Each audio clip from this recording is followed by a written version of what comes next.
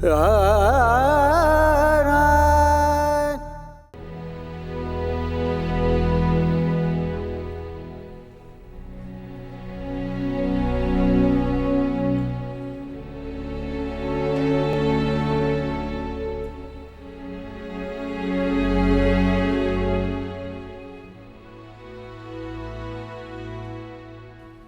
सारी रात जागने का इरादा है?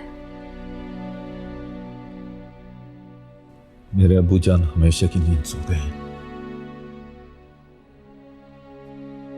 मुझे तो अब जागना ही है। तुम जागकर भी क्या कर लोगे? तुम्हारे अपने भाई ने तो तुम सबको जानने से भी इनकार कर दिया। अब खुद मजे की नींद सो रहा है। चांद बेकसूर है, वो अपनी याददाश्त खो चुका है। लेकिन वो बेकसूर अपने साथ हुमायला नाम का दुमछल्ला भी तो लाया।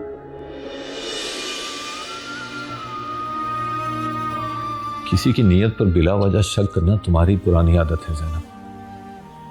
हुमायला अगर चांद को यहां ना लेकर आई होती तो हम कभी भी नहीं जान सकते थे कि चांद जिंदा है। बेचारा आधा चांद, उसे तो अपना वो टुकड़ा भी याद नहीं जो उसकी बीवी की गोद में मौजूद है। मुझे यकीन है कि अगर हम किसी अच्छे डॉक्टर से कंसल्ट करेंगे तो चांद दोबारा अपनी असली हालत पर वापस आ सकता है। अल्लाह करे ऐसे ही हो। मगर अब अच्छा आओ आके सो जाओ, सुबह तुम्हें कब्रिस्तान भी जाना है। आओ सो जाओ आके। आ जाओ अब।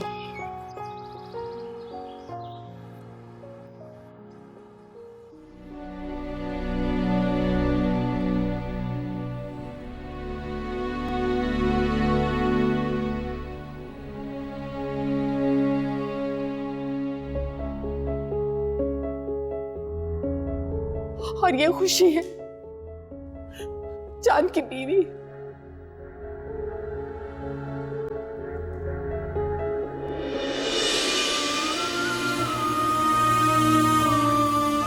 तुम मुझे मेरे नाम से क्यों नहीं पुकारती?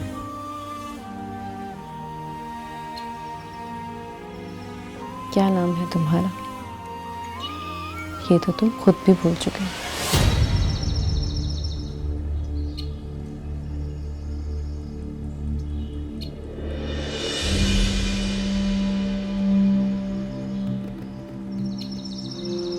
ठीक कहा तुमने, मुझे अपना नाम तक याद नहीं। तुम ही रख दो कोई नाम।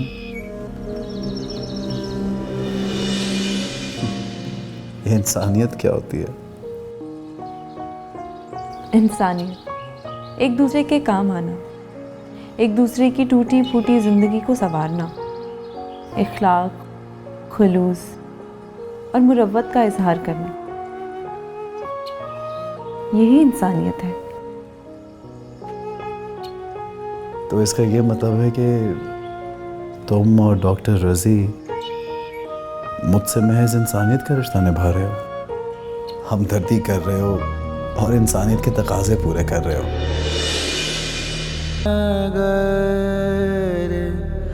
रे माँ पानी पानी ज़ारने दा पधा मागरे रे माँ पानी ज़ारने दा। क्या हुआ हुमायला? रो क्यों रही हो? ये आंसू नहीं, बेबसी का वो गर्म पानी जिस पर मेरा इख्तियार नहीं। तो मुझे यहाँ पे लेकर क्यों आई? यहाँ पे हर कोई मुझ पे अपना हक जता रहा है, हर कोई रिश्तेदारी जता रहा है। मैं उन्हें कैसे समझाऊं कि मैं सिर्फ तुम्हारा हूं,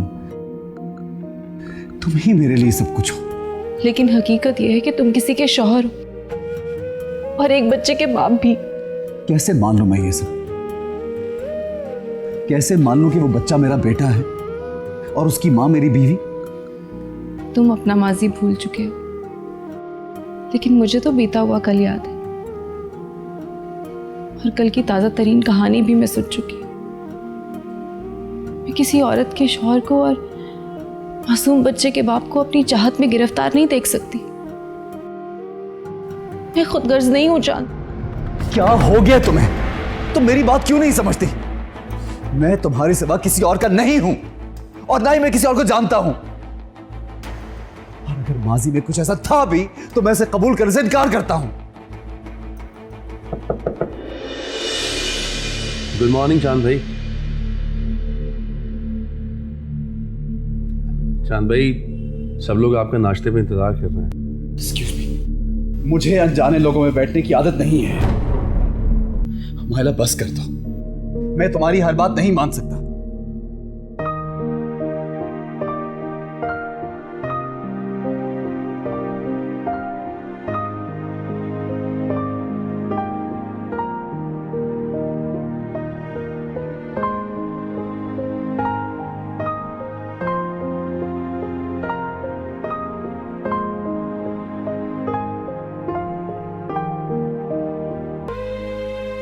अस्सलाम वालेकुम।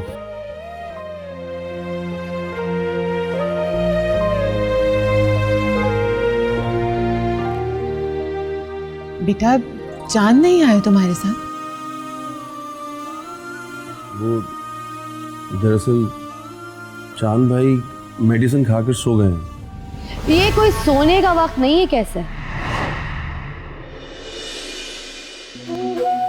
ये क्यों नहीं कहते कि चांद हुमायला के अलावा किसी और से मिलना ही नहीं चाहता? बहस मत करो ज़ैनब, चांद की ज़हनी हालत ठीक नहीं है। उसे आराम की जरूरत है।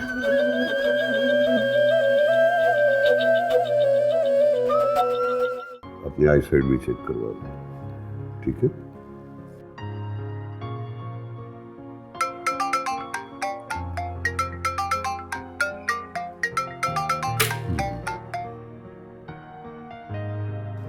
जी बेटा, महिला कैसी हो? तुम ठीक तो हो ना? यहाँ कुछ भी ठीक नहीं है। अब मैं और चांद जब यहाँ पहुंचे तो उसके अब्बू का इंतकाल हो गया। ओह, सो सैड बेटा। लेकिन बेटा, अब तुम्हारा क्या प्रोग्राम है? मेरा प्रोग्राम तो तकदीर ने ऐसा लिखा है कि पढ़ते हुए भी डर लगता है। बेटा, इसमें डरने की क्या बात है? चांद के वालिद का यूं अचानक इंतकाल कर जाना अल्लाह की मर्जी है बेटा। मेरा ख्याल है कि तुमने अपने और चांद के बारे में उसके घर वालों को सब कुछ बता दिया होगा। कैसे बताती है अबू? चांद शादीशुदा है। उसकी बीवी और बच्चा इसी घर में रहते हैं, जिस घर में अब मेरी कोई जगह नहीं है। बेटा, तुम अपने घर वापस लौट आओ। मैं चांद को भूल नहीं सकती अबू, लेकिन उससे बिछड़ जाना बहुत जरूरी है। इस हादसे को अपने दिल पर मत लेना बेटा।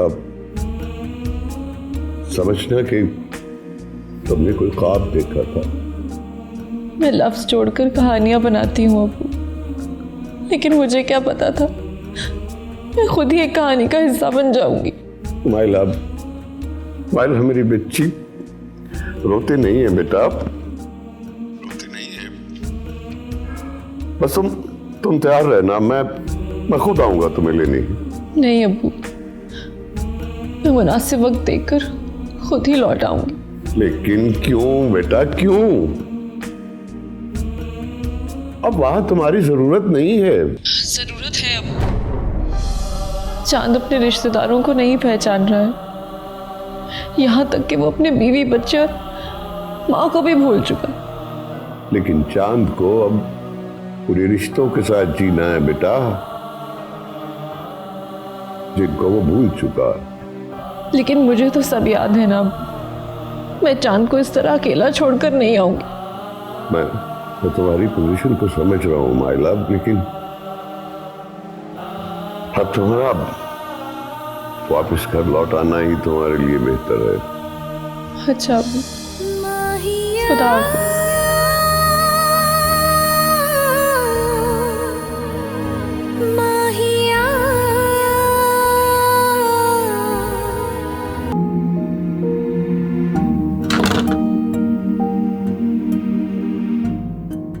चांद को आज घर आए 7 रोज हो गए, लेकिन एक बार भी उसने अपनी माँ के दरवाजे पर दस्तक नहीं दी। यही तो बदनसीबी है कि उसे अपने ही घर में कोई चेहरा भी शनासा दिखाई नहीं देता। अस्सलाम वालेकुम आंटी। जीती रहो, आओ बैठो।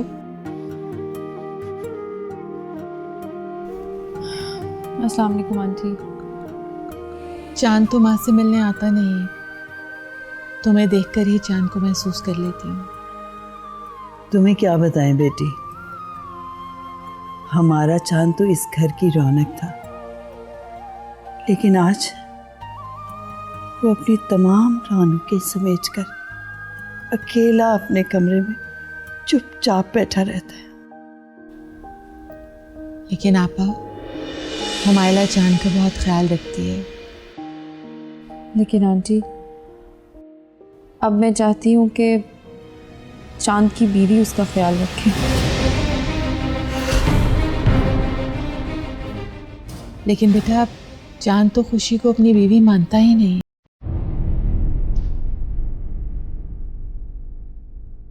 वो तो सिर्फ तुम्हें जानता है और तुम्हारी बात मानता है। गुर्बत मोहब्बत को जन्म देती है। खुशी चांद की बीवी है और उसके बच्चे की माँ भी। माँ और बेटे को चांद के करीब रहना चाहिए। हुमायला ठीक कहती है जमीला, खुशी को चांद के कमरे में रहना चाहिए। जरा सोख के दिन गुजर जाए तब।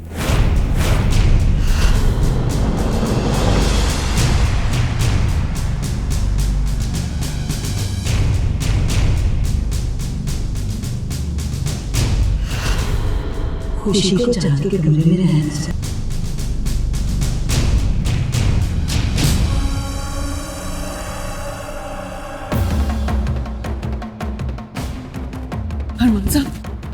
अरमान साहब, मैं चांद की बीवी नहीं हूँ। इतनी घबराई भी क्यों? आप जानते हैं कि मैं चांद की बीवी नहीं हूँ। अमन मेरा नहीं, आपकी मरहुमा बहन खुशी का बेटा है। प्लीज खामोश। क्या हो गया तुम्हें? जब वक्त पूरा चल रहा हो तो घर की दीवारें भी गवाह बन जाया करती हैं। पर मैं किसी की बीवी नहीं हूँ। आस्था प्लीज, मैं जानता हूँ। आस्था आस्था देखो, अभी तक कुदरत ने तुम्हारे इस राज पे राज रखा हुआ है, तो तुम इस राज से पर्दा क्यों उठाना चाह रही हो? देखो मेरी बात सुनो, अब चांद अगर अपने होशो हवास में इस घर में आ जाता तो और बात थी। इस हवेली के किसी फर्द को अगर पता चल गया कि तुम चांद की बीवी नहीं हो तो इस घर की बुनियादों में सलसल आ जाए। मुझे किसी ज़लज़ले और तूफान से कोई फर्क नहीं पड़ता। चांद एक गैर मर्द है, मैं उसके साथ उसके कमरे में नहीं रह सकता। कौन कह रहा है तुम उसके कमरे में रहो? कौन कह रहा है? हालात कह रहे हैं, वक्त का तकाजा है। हुमायला ने अम्मी को मशवरा दिया है कि मुझे चांद के करीब रहकर उसकी खिदमत करनी चाहिए। तो क्या गलत कहा उसने?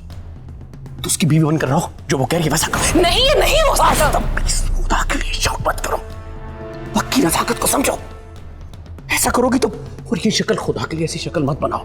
ये प्लीज रिलैक्स करो अपने चेहरे को, उनको शक पड़ जाएगा, बना खेल खत्म हो जाएगा। क्या ये आप कह रहे हैं? इसका मतलब है कि आप मुझसे? क्या? जी, मैं तो सोच भी नहीं सकती थी कि आप इस हद तक जा सकते हैं। किस हद तक खुशी? अब तक जो तुमने एक्टिंग की है वही एक्टिंग करनी है। जहां तक बात चांद का है तो देखो, वो अपनी ज़हनी तवाज़ुन खो बैठा है उसके कमरे में। वो तुम्हें अपने कमरे में बर्दाश्त नहीं करेगा, किसी भी सूरत तुम्हें बाहर निकाल देगा। बस इतनी सी बात है।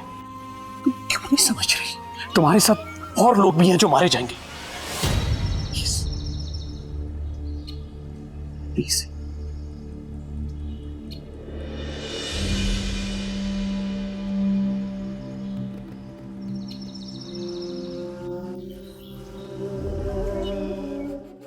सेना बेटा, तुम्हें तो पता है ना, मेरे कमरे में तो लोगों का आना जाना लगा रहता है, लेकिन मुझे अकेले में तुमसे कुछ मशवरा करना था। खैर, लगता है तुम अभी कहीं जा रही हो, मैं बाद में बात कर लूंगी। नहीं अम्मी जी, ऐसी कोई बात नहीं है।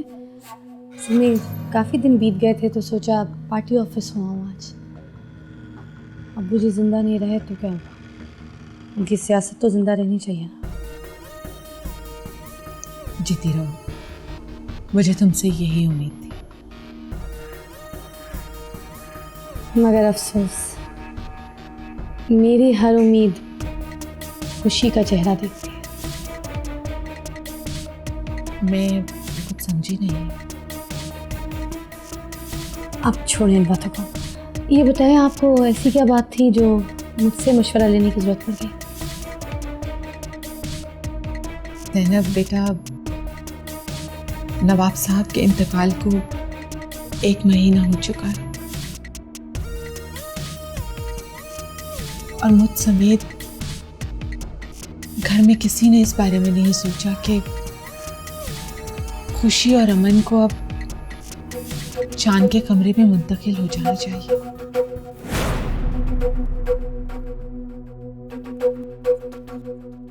खैर, आपने मुझसे ज्यादा जिंदगी को देखा है। आपने शायद हुमायला की आंखों को गौर से नहीं देखा। मैंने उसकी आंखों की झील में आपके चांद का अक्स देखा है। ज़ैनब, तुम उस लड़की पर इल्जाम लगा रही हो जिसने चांद की जान बचाई है। उसने चांद की जान बचाई है तो किसी और की जान ले भी तो सकती है। नहीं, हुमायला ऐसी लड़की नहीं है। उसी ने तो मुझे मशवरा दिया है कि चांद और खुशी को अब एक साथ रहना चाहिए। क्या?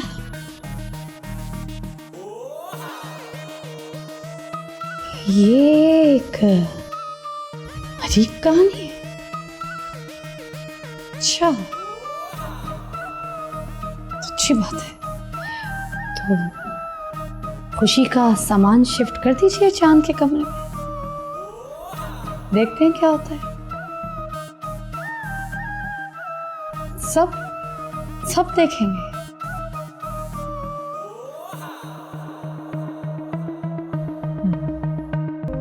हेलो जी, अस्सलाम वालेकुम खुशी भाभी, मैं कैसर बात कर रहा हूँ। मैं ऑफिस आ गया था। बहुत अच्छा हुआ कैसर भाई आप ऑफिस चले गए, बहुत दिन हो गए हमसे कोई गया ही नहीं। भाभी, आपको एक इन्फॉर्मेशन देनी थी। असलम शेख पार्टी के मोतबर मेंबरान को अपने साथ मिलाने की कोशिश कर रहा है। उसके इरादे ठीक नहीं लग रहे मुझे। सुनो, तुम वो नाम जानने की कोशिश करो जिनके साथ असलम शेख ने राब्ता करने की कोशिश की है। जी भाभी, मैं कोशिश करूंगा। वैसे भी ये बात ज्यादा दिन तक छुपी नहीं रह सकती। अल्लाह हाफिज। ज़ैनब, मुझे इत्ला मिली है कि असलम शेख हमारे पार्टी मेंबरान से राब्ता कर रहा है। तो अपनी मांगे करना हर सियासी कारकुन का हक है, लेकिन वो इंतशार भी तो पैदा कर सकता है। गॉड, मैं इतनी फ्यूचरिस्ट नहीं हूँ। हाँ, मगर मैं इतना ज़रूर जानती हूँ कि सियासत और क्रिकेट दोनों ही खेल बाई चांस होते हैं। किसी भी वक्त कुछ भी हो सकता है। अबू के बाद हमें अपनी पार्टी को हर बुरी नज़र से बचाना होगा। तो बचाएं मिसेस चांद। अब्बू जान मरहूम ने आपको पार्टी का वाइस चेयरमैन बनाया था। आप माशाल्लाह से एग्जीक्यूटिव पोस्ट पर हैं, एग्जीक्यूटिव मेंबर हैं आप। देखते हैं इलेक्शन से पहले आप पार्टी पर कमांड कैसे करती हैं। बाय।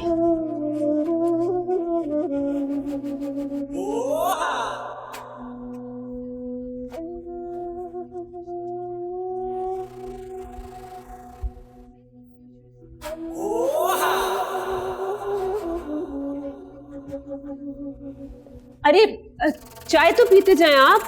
आपने नाश्ता भी ठीक तरह नहीं किया। वो एक एमपी के साथ मीटिंग है, मैं लेट हो जाऊंगा।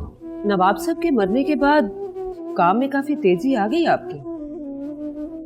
बादशाह को मौत ने शह दे दी। अब मैंने शतरंज की बिसात फिर से लगानी है, फिर से बिछानी है। आप जिंदगी की शतरंज को खेल समझकर खेल रहे हैं। जिंदगी वो खेल है जिसे खिलाड़ी होश से ना खेले तो ये बेवफा जिंदगी उसे बिछाड़ देती है। बतौर शिकस्त तो सिर्फ अल्लाह के हाथ में। अब नवाब साहब के बच्चों के साथ आपको रवैया दुरुस्त रखना चाहिए। राबिया बेगम, ये सियासत का मैदान जंग का मैदान है और मुझे सियासत की जंग कैसे लड़नी है ये मैं अच्छी तरह जानता हूं।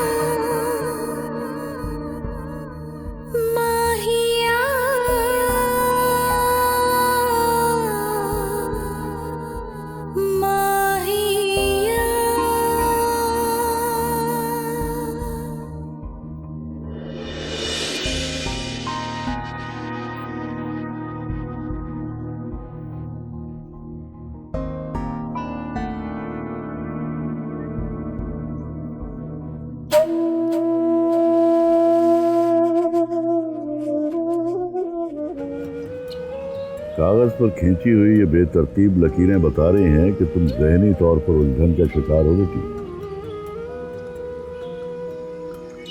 चांद के घर वालों के लिए बड़ी खुशी की बात है कि चांद लौट आया, लेकिन तुम्हारी और अरमान की शादी का रुक जाना मेरे लिए किसी सदमे से कम नहीं।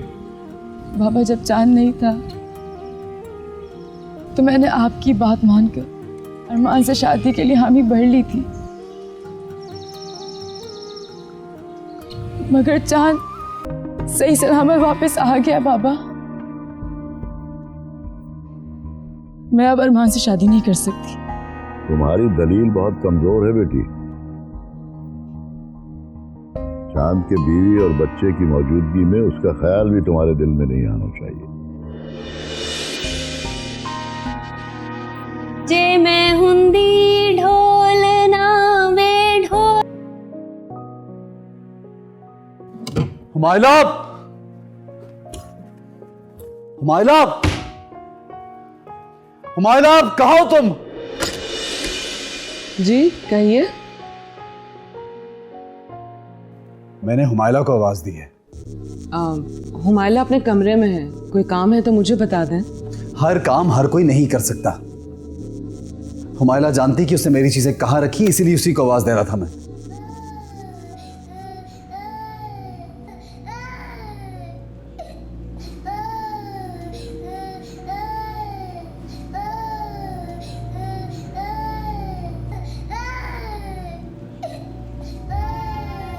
ये तुम्हारा बच्चा रोता बहुत है। ये आपका बच्चा भी तो है। ये क्या जबरदस्ती है? जाओ उसको चुप कराओ जाके।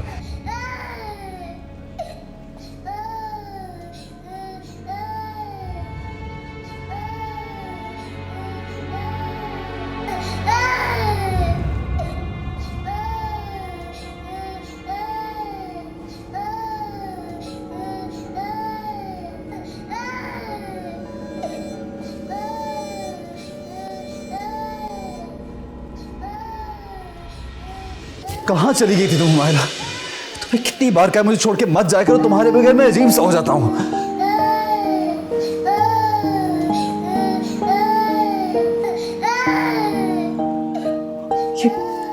ये बच्चा इतना क्यों रोता है? मुझे इसका रोना बर्दाश्त नहीं होता।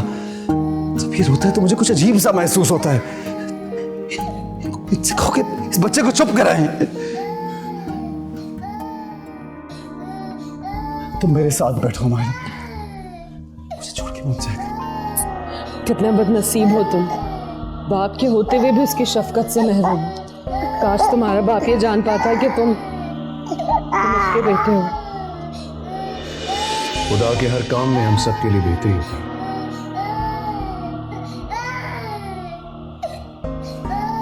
चांद को अगर पता चल जाता कि अमन उसका बेटा है,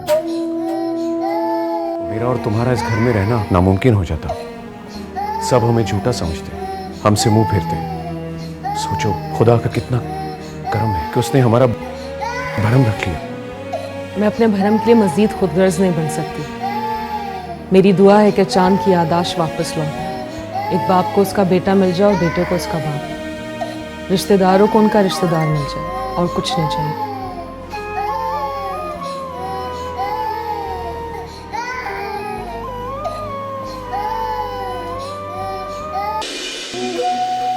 अगर रिश्तेदार बनकर आई हो तो खिदमत खातिर करना मेरा फर्ज है, और अगर मरहूम चचा की सियासी नुमाइंदा बनकर आई हो तो चली जाओ यहां से।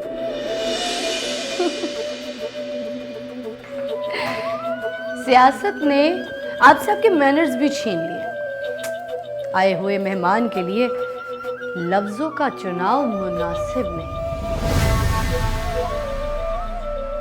तुम सिखाओगी मुझे मुनासिब और नामुनासिब, जो खुद अभी सियासत की फर्स्ट ईयर की स्टूडेंट है? जानती हूँ, आप तो मंजे हुए साजिशी सियासतदान हैं। अरे थोड़ा नीचे देखने की भी आदत डाल लीजिए, वरना ठोकर खाकर गिर जाएंगे। मैं नवाब वहीदुल्लाह मरहूम की सियासत को लोगों की ठोकरों में देखना चाहता हूँ। बड़े एहसान फरामोश हैं आप। खुद पर उनके एहसान याद कीजिए ना, हो सकता है आपके ज़मीर की आंख खुल जाए। ज़मीर को सोया रहने दो मिसेस मुराद। मैं मरहूम की अपने वालिद साहब के साथ ज्यादती अभी तक भूला नहीं,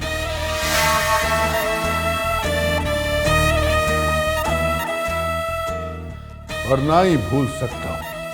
और आप भी मत भूलिए कि सियासी तोड़ जोड़ मेरा सियासी हक है। अपने सियासी तोड़ में एक और जोड़ शामिल कर लें। देखिए, खुशी पार्टी की वाइस प्रेसिडेंट है और वो प्रेसिडेंट बनने की कोशिश जरूर करेगी।